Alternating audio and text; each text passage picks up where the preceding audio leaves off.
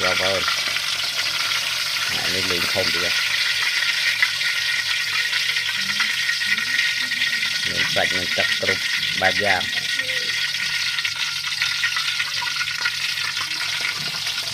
cần đó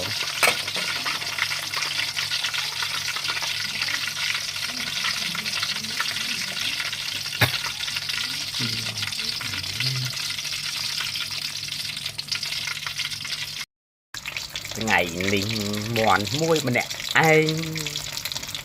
hộp bật ọt đi mình bầu con thầy ca đấy bông bông còn mùi tầng mùi món đó có mình phố á dùng cả đảo đi tha lấy bông bông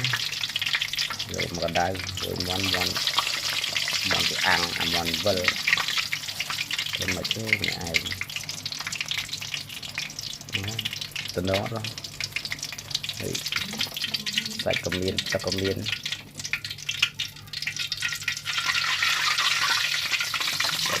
ta cầm miên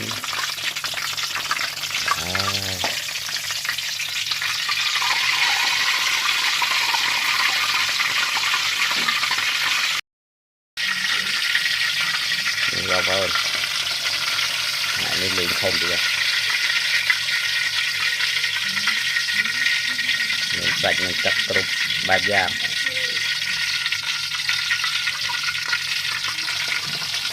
cần đó